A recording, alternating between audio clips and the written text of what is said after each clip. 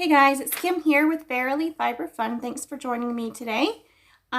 We are washing fleece in rainwater, no soap, no heat. It's just to rinse the dirt out so that we have a nice lanolin fleece that is fairly clean.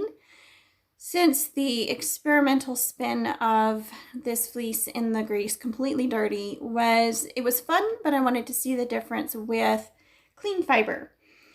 So after collecting a significant amount of rainwater, and while it was still raining so I could keep recycling the buckets and do a significant amount of fleece, I went ahead and washed away, put the fleece down in the bucket and swished it around and rubbed out the really dirty tips.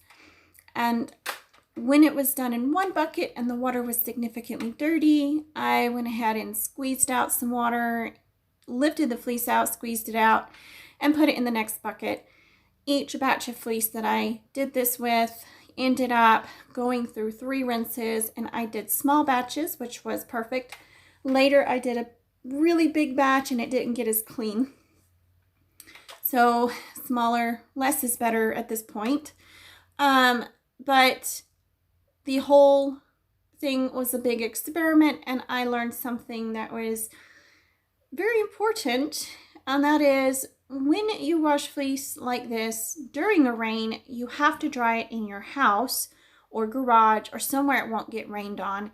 And it stinks because this is a ram fleece. They smell worse than the ewes and much stronger.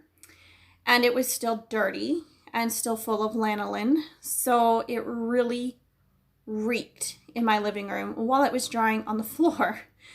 Other than that, this was much worth it. I would highly recommend doing some rainwater rinses before scouring if you have very dirty fleeces.